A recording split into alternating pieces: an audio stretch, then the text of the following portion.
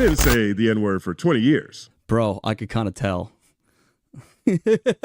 Watch it, man. You might get goofs in your DMs, bro. What? Didn't say the N-word for 20 years. Bro, I could kind of tell. Yeah, no. So when I saw that, yeah, and then he chirped back at me, and of course he brought up the 37 N-word thing from my breakdown a year prior, which I'm never gonna live down, obviously, because it's a stupid thing to say in hindsight. But to me, that was just deflecting from the point that I was making. And Didn't say the N-word for 20 years. Bro, I could kind of tell. One of the people that got hit one of the hardest was actually a guy that has a child with autism.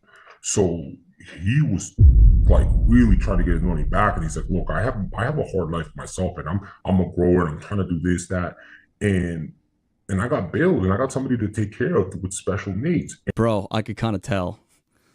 I gotta be careful because I've been following, you know what I'm saying? And you said something about I'm going to LA soon and all types of shit. I'm like, Matt, don't get gangster with these actual like LA gangsters, bro. Yeah, I mean, like if it was a fair one-on-one, I don't think dude would have a chance. Shout for season, man. But outside of that, it's probably not going to be fair. So you're right. Bro, they'll know when you come out at the LAX, bro. You know what I'm saying? They'll get me right at the airport. Just careful, right outside. Bro. Because people are going to be watching this later, and they're going to be like, so Friday, you ain't going to ask him about the 37 N-words? What's up with that? Cool. I'm not even going to say the word because I'm not going to demonetize myself. What's the matter? Why you so ornery? You miss me, huh? Oh, yes, sir. I miss you. But it's raccoon without the ra, basically. Yeah. So I don't want to be called one of those. Ask you, who this nigga on that nag? It's Snowball. Yeah. Walk one. How did you come up with that analogy, sir? Bro, the reason why I came up with that analogy, first off, I was like, when the battle was going on, I wasn't really sleeping that much. Like I was constantly in here and like obviously overanalyzing things. And I think because I went so hard for Kendrick and I did come up with some interesting theories, I was trying. Didn't say the N-word for 20 years. Bro, I could kind of tell. To do the same for Drake. And knowing how Drake raps, right? And knowing that Kendrick said in Euphoria, we don't want to hear you say the N-word no more. Right. And then Family Matters right away, I'm hearing him say it every 2 seconds. I'm like, oh, like he's really turning up with. Off that man down in the mud so fast, make your head. Steven. Let's keep it funny. The use of the N-word. And Kendrick told him not to say it. How many times did he say it? And then I just go Control+F. And then it comes up 37. And I'm like, same age as Drake. That's a pretty crazy stat. What? Bro, what are you talking about, man? And I put it in. Like, in hindsight, Drake probably never sat there and did that. Like, obviously not, right? Bro, I'm out, man. That nigga's tripping. But, like, I was just doing what I did for all the other breakdowns, right? I didn't think it was that big of it. It wasn't supposed to be some like, holy shit, he's a genius. How did he figure that out? Yeah. Why you always lying? I debated on putting it in there. I wish I Why you always lying? didn't put it in there, but it is what it is now, right? Oh man, that's gonna go down in history right there, bro. Oh, I know. What can you do though? I didn't say the N-word for 20 years. Bro, I could kind of tell. Never always pushing for the doubt, hit a left and a right fist right to their mouth. I was never cocky figure till I started stacking figures. How you make a cocky nigga give him all the traffic? Always humble, but I got a couple bad habits. Set the numbers adding zeros to these mathematics. Get you talking different, walking like you gang banging. Salute to the gang. Salute to the Ville. Drop a like, drop a comment. Hey, yo, Matthew. Hey, man, so I caught your interview. Continue this 30 for 30 pack. And listen, man, I can't go against the people of the Ville, all right? They voted. Listen, bro, it's like, it was like a fight. I thought it was going to be like a one-off. I thought it was going to be like, yo, they just want the lives, but they want the pre-records too. They want me to edit you up and use your words against you, gang. So I caught your interview, all right? And listen, you know what? I'm going to officially say I'm not going to hold it against you and the 37 N-words. I'm not going to hold it against you. I'm not going to use that as an angle. I don't want you to sit here and think that I'm using angles on you, because I'm not. I wanted an answer. I got the answer. Does that change my perspective on you? No, because let's talk about the other shit that was not addressed in the interview. What happened to you in the before times, the before YouTube times? Did you pay those people back? What happened to the guy with the, you know what I'm saying, with the autistic kid? Did you make it right with him? Those are the questions I want to know. Because, see, there's not too many, you're a good kid. See, when we were on live, Rebecca said that you were a piece of shit. Now, I agree with Rebecca. You are a piece of shit. But that doesn't change that you could be a good guy. You could be a guy that, you know what I'm saying, you don't put around in certain situations because you're a good guy. If you get hemmed up, you're a good guy. You're going to tell on us. You're a good guy, right?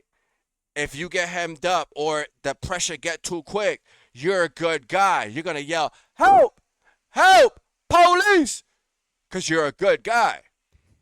You see, Rebecca, you see why he's a good guy?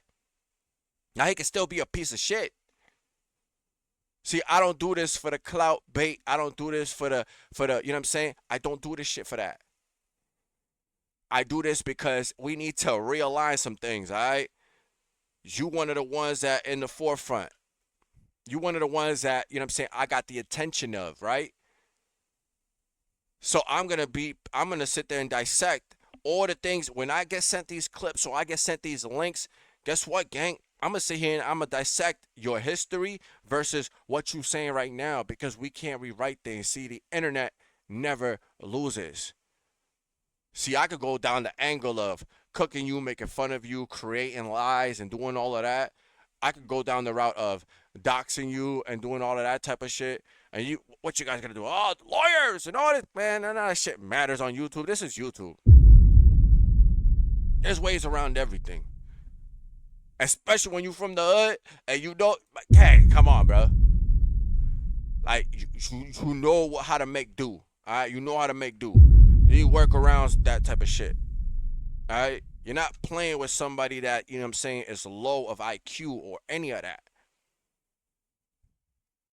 You caught my attention because even with the stuff that you're dropping now, Brody, you're not dropping it with the, you're not dropping it with any purpose. There's no purpose other than you want the views. You tapped into our culture. Just like how we're talking about Drake.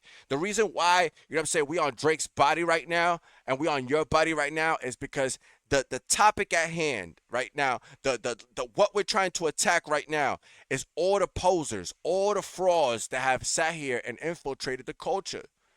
And you one of those. Listen, you're a visitor here. If you were just visiting, we'd be cool with you. But you not. You trying to play this off like that's you. When you probably was one of those dudes that was listening to like Linkin Park or some Canadian fucking, you know what I'm saying? Hey, to my Canadian people, what's a rock band over there? You know what I'm saying? You probably listen to the Rolling Stones or some shit like that. That's the stuff you should be covering. Gang, you were up in the woods growing trees. You know what I'm saying? I highly doubt you probably were listening to Dr. Dre. And then one day it clicked in your head like, yo, maybe I should cover this. Let me go on to YouTube. You saw maybe somebody's clip or something. Oh, yeah, you said Company Man, right? Or these other, you know what I'm saying? You watch all these channels and you take, and listen, we're supposed to influence each other. Steel sharpens steel. But you can't outright steal or take from the culture and not get it right. You could make a mistake here and there, gang. Like, that's life. That's being a human. But when you're actively reaching, Brody, you reaching. Whole interview, I learned a lot about you, gang. You're a good guy. You're a dude that likes to maneuver and slither. You know what I'm saying? Through the internet streets, just looking for the next, you know what I'm saying? What's the next content grab? That's why you like Poetic Flacco. That's why you like Poetic Flacco. Poetic Flacco is another fucking stupid ass that don't know nothing about this culture. Another person, why? Because he's black? You think that he could relate? Poetic Flacco don't got no sense of himself, no worth of self. All right, he's a joke over there on that podcast, and the only reason why we haven't cooked his body is because there's too much going on over here on this side. When it comes to people like you that we need to cook up, when it comes to this whole Drake issue, when it comes to all this thing that's going on in hip hop, gang, I have no fucking, you know what I'm saying? He doing his own damage over there. You guys get these little numbers. You pop out. You get to a certain ascension. That dude fuck the monetization. He sucked dick to get where he at. He on no jumper. He over there in the bathroom with fucking who's a homie from battle rap? Who's a homie from battle rap, T? He with that guy in bathrooms doing circle jerks. Alright? That's what he doing. Trying to remember, man. That's why I stood silent. Shit. Yeah, nobody knows. Nobody remembers because that dude literally snorted and injected his freaking. He ended up on no jumper. That's what he doing nowadays. That's what he doing nowadays. Oh, flush one. Flush one. Flush one, yo. Yeah. Like, this is the people that, you know what I'm saying, and they hang around. See, the one thing I can appreciate about you culture vultures is that y'all, see, time reveals all, right? Y'all all can start off in y'all little areas. But like cockroaches and rodents do, y'all got to hang together. And sooner or later, we start to see all, you know what I'm saying? Everything starts to tie together. It was not surprising that the people that you would shout out would be the Poetic Flacos. And those people that do that type of content. Because it's all narrative building. It's all you just pull a few clips together, put some music behind it, and you put some clips where you sitting there. Like, yo, imagine this dude literally sitting there, and he's sitting there, and he waiting, and he do his whole edits. Bro, this is how you do your edits, right? And you sit there, and you're playing your shit on the computer, and you're waiting, and you go, but then what happened? Wow, and he reacted like this?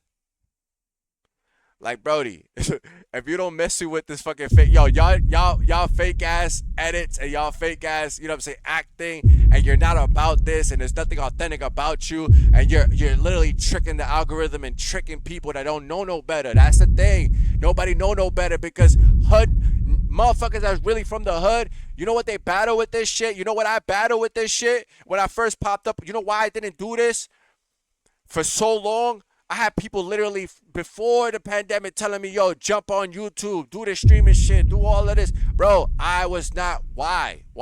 And I had, you know what I'm saying? I dibbled and I dabbled with it, but why? Brody, I was around dudes that you can't put on camera because there was no wearing ski masks. It wasn't okay. Y'all act like ski masks it was a wave all the time. No, it's a wave now because now they let you get away with it. Now because of the pandemic and everybody's scared to get sick, like that's why you get away with it. But as far as before then, you wear a ski mask, you robbing somebody. Do you understand that? So if I'm chilling with the homies and they got active cases, why would I be on YouTube or Instagram or any type of streaming platform trying to present that shit? I wasn't in there for that. I was sitting there literally rapping about shit that we shouldn't be rapping about. Y'all heard me on my live, and I'll drop this later, when I told Q, when I sat there and said, like, yo, regardless of anything, we were sitting there trying to one-up our OGs. So the ones that were rapping or the ones that were doing, we try to do your shit smoother than you. If we watching people literally falling behind the wall because of this, because they sit there and they slipped up, what makes you think we're not going to learn from that? What makes you think that we're going to sit there and we're going to play our position, we're going to move militant? You have to learn. So my generation learn how to move. Where I'm from, all the people that I dealt with, they all learn how to move, so we wasn't into the social medias like this. Do you understand that? I was riding around bicycles making plays as a kid. I like girls and money, gang. I wasn't even smoking. I wasn't doing none of that shit. I did all my shit in my 20s because the focus was different. Do you understand? The focus was different. So when you're not of this, when you're not from this, you wouldn't understand that. When you looking, when some of you are out staring outside the window, watching us do this shit, watching us sneak out at 2, 3 o'clock in the morning, be out there making plays, while we sitting there 13 years old, making plays with the freaking, you know what I'm saying, all the hookers sitting there right there selling pussy and shit. We sitting there talking to them like we grown ass men. And I gotta get home before my moms get home, nigga. I'm trying to get my ass whooped, nigga, like that ass. Y'all know, y'all had a hood moms, y'all know. It's kind of silent, right? They kind of don't know. They don't ask no questions. But if they catch you, oh yeah, you getting belts to ass. You getting, you know what I'm saying, chains and whips.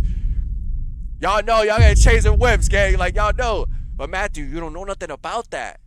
When you got in trouble, your mother had a good talking to you. And probably put you in the corner, all right?